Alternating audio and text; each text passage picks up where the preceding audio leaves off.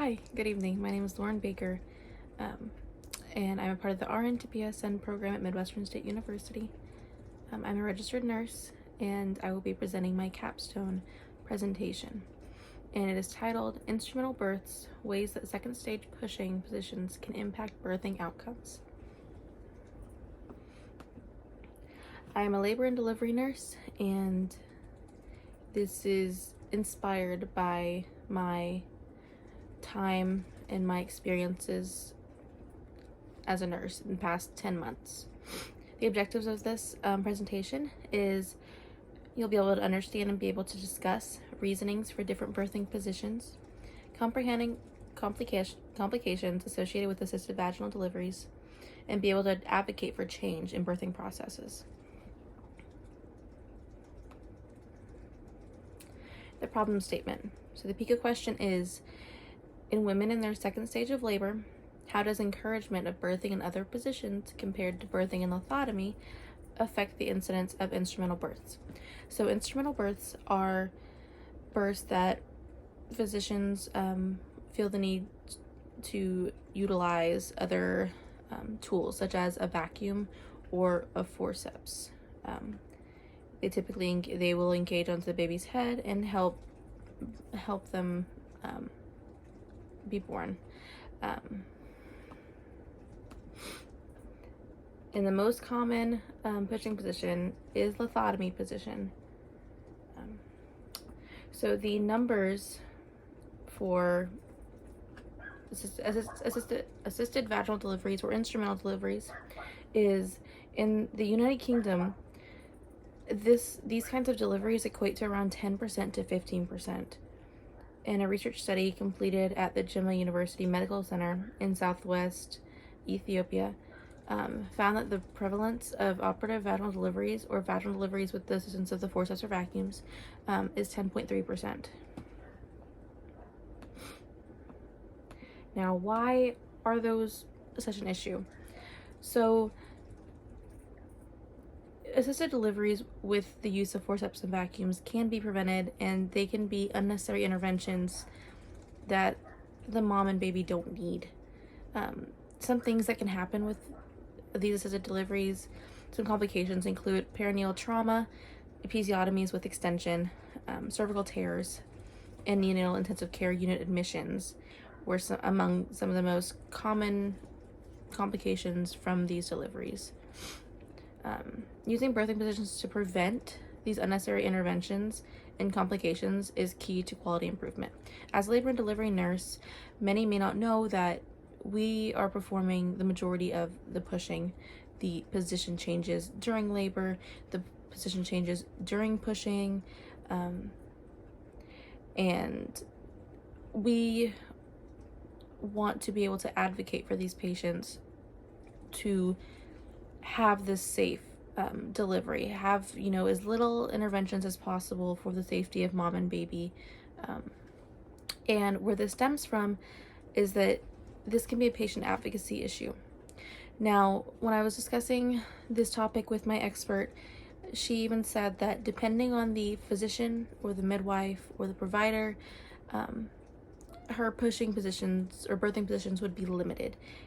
They would always go to lithotomy. It was the most common practice, is the easiest thing for moms with epidurals to get into, and it's just what they used. And even if the patient didn't want that, or if the nurse, they had a different position that would be more efficient with pushing, they still wanted lithotomy. They were able to, out of convenience, able to see everything. And again, with the epidural, a lot of moms don't have the range of motion that a natural laboring mom would have, and so lithotomy is the standard of care for these patients. So in a study performed by Muzi in 2019, midwives' views of usage of birthing positions other than lithotomy were addressed and analyzed. They were discussed. It showed that even midwives lean towards facility practices rather than what the mother prefers for positioning, and the positions that the facility practices is lithotomy. Not only is it a quality improvement issue, but is also a patient advocacy issue. Providers, nurses, they should be listening to these patients and what they prefer to birth in. If for some reason it's a safety issue, then that can be addressed. But at the end of the day, if a mother prefers one way or the other, they should be heard. For the literature review, in a cross-sectional observational study conducted among nursing officers, 82.7% felt that there is a need to give women a choice in birthing position. But reasons given for the lack of changes included convenience, ignorance about positions, and overcrowding the labor room. So these moms did not get different positions out of convenience, out of overcrowding, and out of just not having the education or knowing about other positions these moms can birth in. The literature points to lessening of interventions associated with position changes during pushing. When using the squatting positions, patients had fewer operative deliveries than those that delivered in the lithotomy position. And literature shows that pushing in a side-lying position showed less incidence of instrumental interventions. So the literature is pointing towards the side-lying, the squatting, the other positions besides lithotomy. Lithotomy has the higher incidence of needing these interventions and needing these instrumental interventions. Now, where the literature does lack is that it was very difficult to find evidence-based research in the past 5 years. There is quite a bit of research prior to that, but there needs to be further research and updated research on this topic.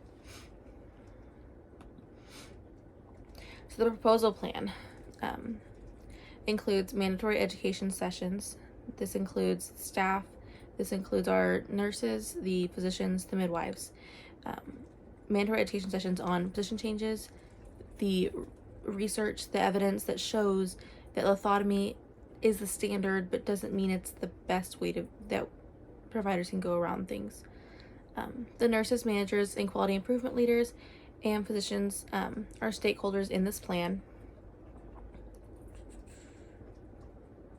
Lessening the risk of complications, improving patient outcomes for the groups of individuals and hospitals. It looks good it's great for the patients, and it looks even better for the hospitals and for the units and for the physician groups that are involved. The plan will impact nurses by being able to determine and implement the best practice to avoid interventions, and being able to be that voice, being able to be that patient advocate to prevent these unnecessary interventions if we can prevent them. So the managers and quality improvement leaders will also benefit by lessening complications, and we're lessening the cost of longer stays accompanied with those complications. The plan's overall goal is to lessen complications and utilize new interventions for quality improvement. The implementation. So utilizing position changes during the birthing process. During that second stage of labor, the patient is complete. They're ready to have this baby, but we have to get the baby underneath that pubic bone. We have to get that baby to where we can have a baby. And so utilizing multiple pushing positions to determine efficiency and determine what position mom works best in. Every mom is different. Every baby is different. Everybody works differently. So as nurses, we need to be able to utilize these differing positions to see what is most efficient. And most of the time, it's not lithotomy. And the evidence has showed that. Mandatory education implemented. So having the education sessions, having the opportunity for more education, having the opportunity to be a cohesive care team with the physicians and the nurses in education together. So how we'll go from here is following patient charts, how we're going to see how this is all going to come together, how this is all going to come together, how things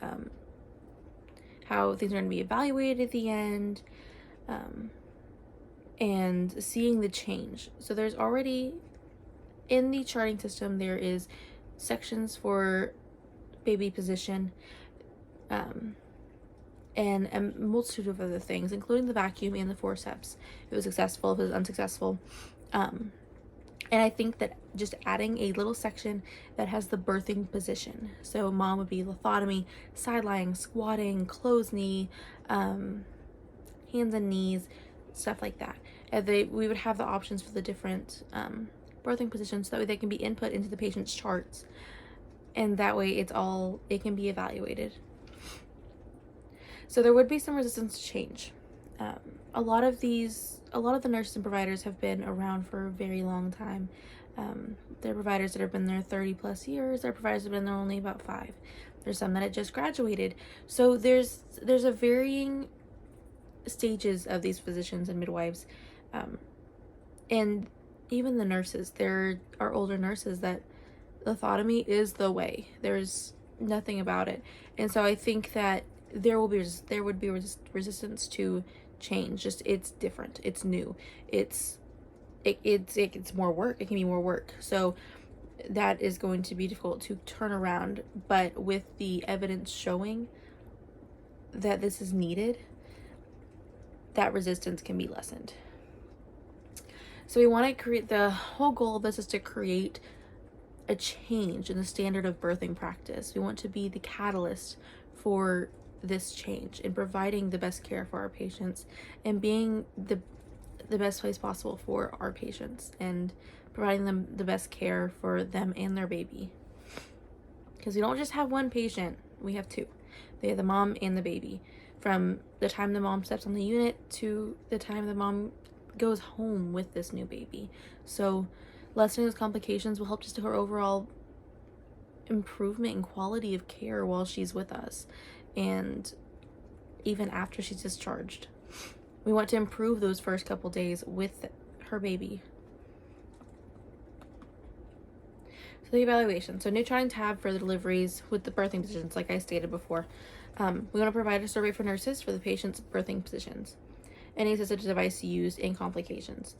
This will be standard after every delivery. It'll be within that first hour recovery. It'll be on a checklist that is utilized, providing patient initials, birthing positions, and any assistive devices used, and complications. So that way it's all put into one document and it's all right there. And so the quality improvement and the managers can assess and see the trend with our research.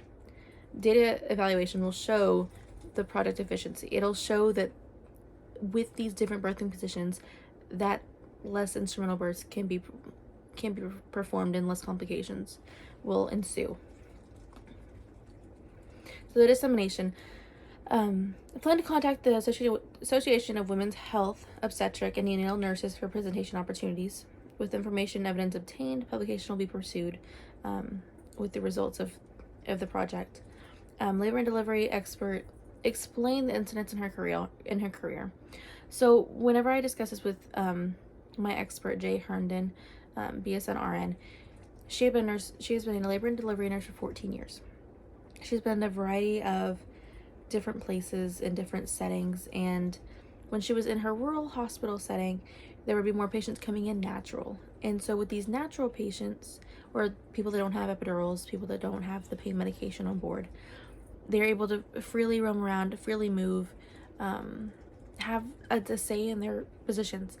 And when we were discussing this, she even mentioned that the only time she ever saw in her career a physician using an instrumental tool for delivery on a natural patient is when she was in the lithotomy position. Every other natural patient that she has had didn't need that intervention. So it's definitely a red flag to what the literature is showing. It's showing that without the lithotomy position, things can change. We can have this incidence less and less. Sure, there are times that it may be necessary for mom and baby safety, but at the end of the day, if we can prevent this, that's our goal. That's our goal, is to improve the care for these moms and our patients. All right. Well, thank you so much for listening and giving me the opportunity to talk to you today. Thank you very much and have a good night.